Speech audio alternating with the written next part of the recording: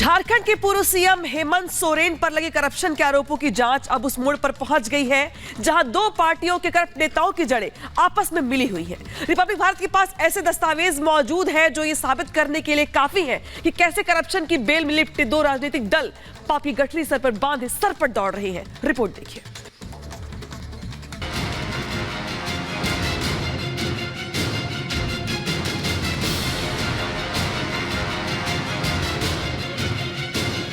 Corruption की मलाई खाने वाले विपक्ष की कुंडली में जब से ईडी का प्रवेश हुआ है, देश में जैसे भ्रष्टाचारियों के बीच नंबर 1 बनने की होड़ मची हुई है।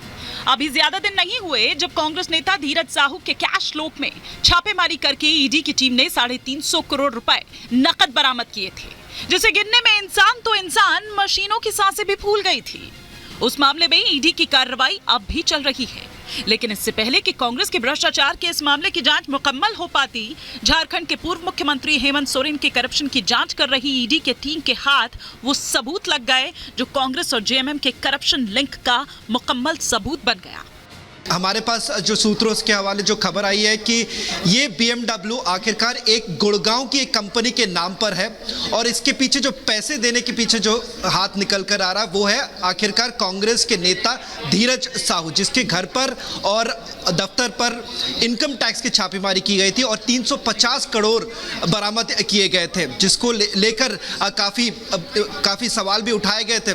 पर अब ये निकल कर आ रहा था कि किस तरह से झारखंड के पूर्व मुख्यमंत्री हेमंत सोरेन को ये BMW गिफ्ट किया गया था और ये कंपनी के नाम पर इसलिए दिया गया था ताकि किसी और को पता ना चले कि आखिरकार ये इसके हकदार कौन है। दरअसल जमीन घोटाले मामले में ईडी की जांच का सामना कर रहे हेमंत सोरेन की कुंडली खंगाल रही ईडी को पिछले महीने के आखिर में झारखंड के पूर्व मुख्यमंत्री हेमंत सोरेन के दिल्ली आवास से एक महंगी BMW कार हाथ लगी थी, जिसे लेकर ये दावा किया गया था कि ये कार हेमंत सोरेन की नहीं है।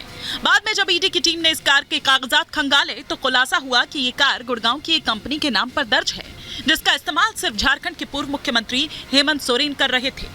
लेकिन हैरानी इस बात की है कि ईडी की जांच में यह भी सामने आया कि इस कार की कीमत किसी और ने नहीं बल्कि कांग्रेस के उसी धन कुबेर नेता धीरज साहू ने चुकाई है, जो खुद पहले से ही भ्रष्टाचार के गंभीर मामले में ईडी की जांच के घेरे में है। बता दें कि करप्शन के गंभीर आरोपों में घिरे झारखंड के पूर्व मुख्यमंत्री हेमंत सोरेन पिछले 5 दिनों से ईडी के रिमांड में हैं और कोर्ट ने ईडी की मांग पर उनकी रिमांड की मोहलत बढ़ा भी दी है। बताया जा रहा है कि अब तक की जांच में ईडी के पास वो तमाम पुख्ता सबूत हाथ लग चुके हैं जो झारखंड के पूर्व सीएम हेमंत सोरेन की मुश्किलें बढ़ा सकती हैं और उन्हीं सबूतों की बिना पर पीएमएलए कोर्ट ने हेमंत सोरेन की रिमांड बढ़ाई है। उस पर जिस तरह से ईडी के हाथ जेएमएम और कांग्रेस का करप्शन लिंक लगा है, इसमें कोई दो राय नहीं कि आने वाले दिनों में कई और बड़े खुलासे कांग्रेस और झारखंड मुक्ति मोर्चा के नेताओं के होश उड़ा सकते हैं। Bureau report, Republic Bharat. और चलिए हम सीधे रुक लेते हैं ग्राउंड पर। हमारे सहयोगी अनूप हमारे साथ जुड़ गए हैं। अनूप, करप्शन के आरोपों से दोनों राजनीतिक दल और दोनों का कनेक्शन से जुड़े तमाम सबूत अब ईडी सामने रख रही है, लेकिन हेमंत सोरेन कह तो इतने कॉन्फिडेंस के साथ रहे थे कि जैसे पूरी तरीके से उनकी पार्टी पाक साफ है। फिर इस खुलासे का क्या? देखिए, एक बात तो आप समझ लीजिए, हेमंत सोरेन ये कहते हुए नजर आए थे विधानसभा के अंदर कि अगर उनके ऊपर कहीं ना कोई करप्शन का चार्ज साबित होगा तो वो राजनीति क्या प्रदेश छोड़ देंगे। अब सवाल ये उठता है कि परत दर परत तमाम चीजें खुल रही हैं। पहले सदन में उन्होंने कहा कि मैं BMW से चलता हूं तो दिक्कत होती है बीजेपी वालों को, दूसरे दलों को, लेकिन अब देखिए इस BMW का राज भी खुलकर सामने आया। रिपब्लिक ने इस खबर को ब्रेक किया, उसके बाद झारखंड की सियासत में भूचाल आ गया है। तमाम बीजेपी जो नेता, खुद बाबूलाल मरांडी कह रहे हैं कि इससे कोई गुरेज नहीं किया जा सकता कि ये पैसा जो है, जो 300 करोड़ रुपए मिले हैं, जो BMW मिले हैं, ये धीरज साहू के नहीं हो सकते हैं। अब सवाल ये भी उठ रहा है कि अब बहुत जल्द ये हो सकता है कि हेमंत सोरेन की जो कस्टडी बढ़ी है उसमें धीरज साहू या उनके परिवार वालों को बुलाकर आमने सामने पूछताछ कराई जाएगी। तब ये बात पूरी तरह से सामने आएगी कि किसका पैसा लगा है और धीरज साहू क्या कह रहे हैं इस मामले में, हेमंत सोरेन क्या कह रहे हैं। लेकिन BMW को लेकर अब झारखंड की सियासत जो है पूरी तरह से गरमाई हुई है और शायद यही वजह अनूप की दो पार्टियों के नेता इस पूरे मामले में फंसे हुए हैं और अब बारी आ गई है बुला के पूछताछ करवाने तक की। शुक्रिया तमाम जानकारी के लिए। सीधे बढ़ते हैं अगली खबर की तरफ जो आ रही है हरियाणा से। हरियाणा की सियासत से जुड़ी बड़ी खबर है ये, जहां पर कांग्रेस का अविश्वास प्रस्ताव लाने का ऐलान किया गया है। खट्टर सरकार के खिलाफ आएगा प्रस्ताव। 20 फरवरी से विधानसभा का सत्र शुरू होने वाला है।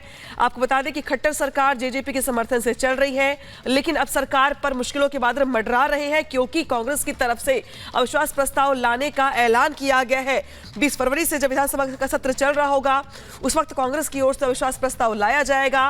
यानी कि कांग्रेस ने अपनी ओर से स्ट्रैटेजी बना ली है और अब यह माना जा रहा है दरअसल कि सरकार के ऊपर खतरा मंडराने लगा है। अमनदीप हमारे सहयोगी चंडीगढ़ से हमारे साथ जुड़ गए हैं। कांग्रेस के अविश्वास प्रस्ताव के मायने क्या है अमनदीप? जी देखिए, कांग्रेस ने ये ऐलान तो कर दिया कि वो नो कॉन्फिडेंस मोशन 20 तारीख को यानी कि हरियाणा के बजट सेशन पे लेके आएंगे, लेकिन कांग्रेस के पास जो बहुमत है वो 30 एमएलए की है और दूसरी तरफ वो बीजेपी और जेजेपी की जो सरकार है उनके पास 57 एमएलए है।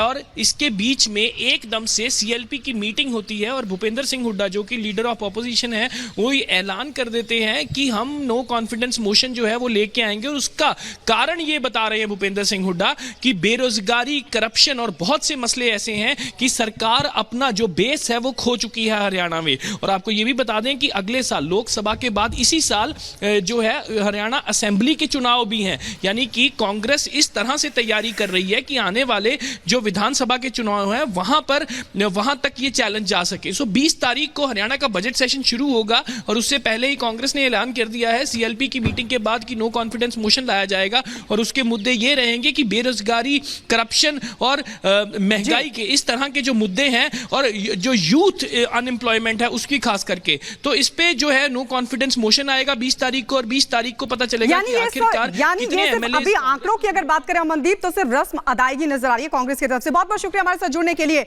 और अब बात करते हैं श्वेत पत्र की। जी हाँ, केंद्र सरकार संसद में श्वेत पत्र लाने जा रही है। ये श्वेत पत्र होगा यूपीए सरकार के कार्यकाल के दौरान जो कुप्रबंधन रहा आर्थिक तौर पर, उसको लेकर ये श्वेत पत्र जारी करने की बात केंद्र सरकार कर रही है। लेकिन इस बीच अब इस श्वेत पत्र के पलटवार में कांग्रेस की तरफ से ब्लैक पेपर लाने का ऐलान कर दिया गया, जिस पर तंज कसा प्रधानमंत्री नरेंद्र मोदी ने। आइए रिपोर्ट आपको दिखाते हैं।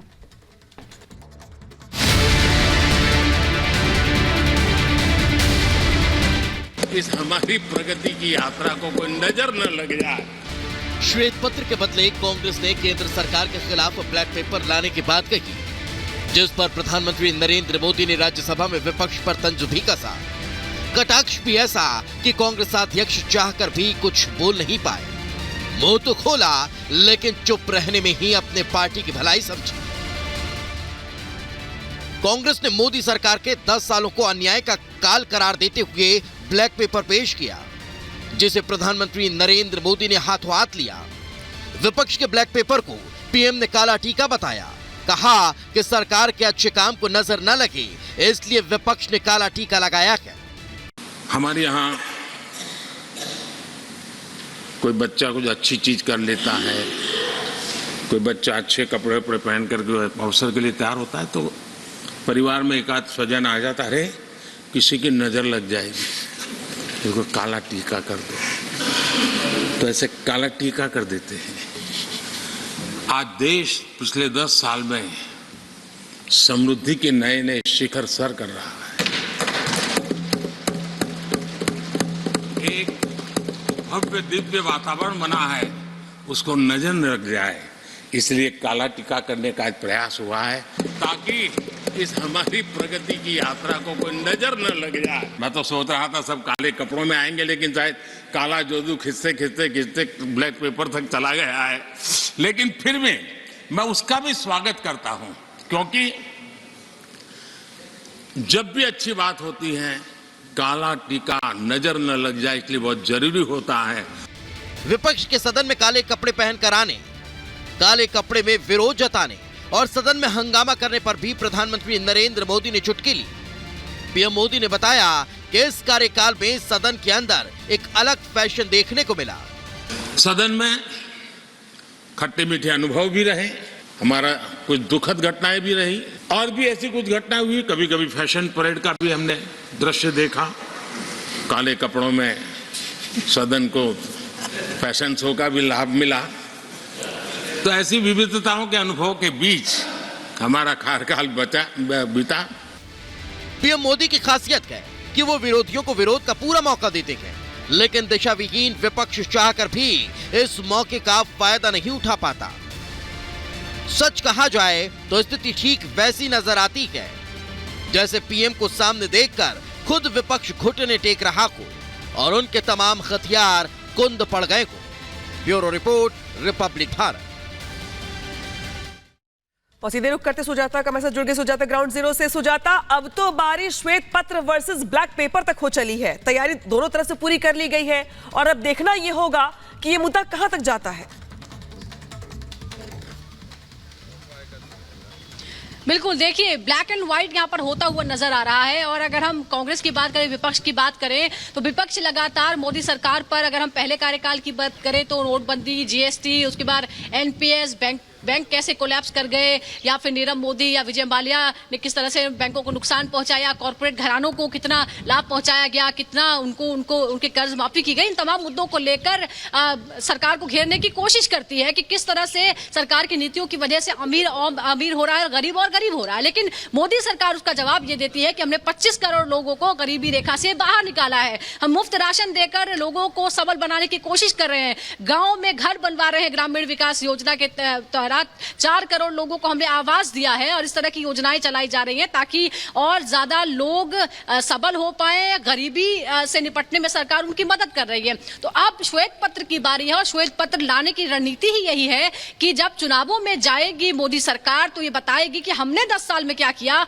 और इससे पहले यूपीए ने 10 साल में क्या किया था। यूपीए के खास तौर पर अगर हम जो सेकंड उसका कार्यकाल था, दूसरा कार्यकाल जो था 2009 से 14 के बीच, उस दौरान बिल्कुल सुजाता, और शायद अब यही वजह है कि ब्लैक एंड व्हाइट राजनीति जो यहां पे होती दिखाई दे रही है, लेकिन देखना यह होगा कि किसका पलड़ा भारी होता है, क्योंकि अब बात इस मुद्दे को लेकर के आगे बढ़ चली कि आखिर किसका आर्थिक प्रबंधन कितना बेहतर था।